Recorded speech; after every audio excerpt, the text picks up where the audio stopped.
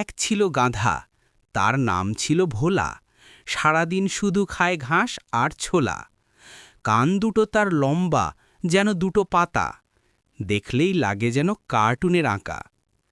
সে যখন হাঁকে তারে থামানো দায়, মনে হয় বুঝি পাড়ার ছাদটাই যায়।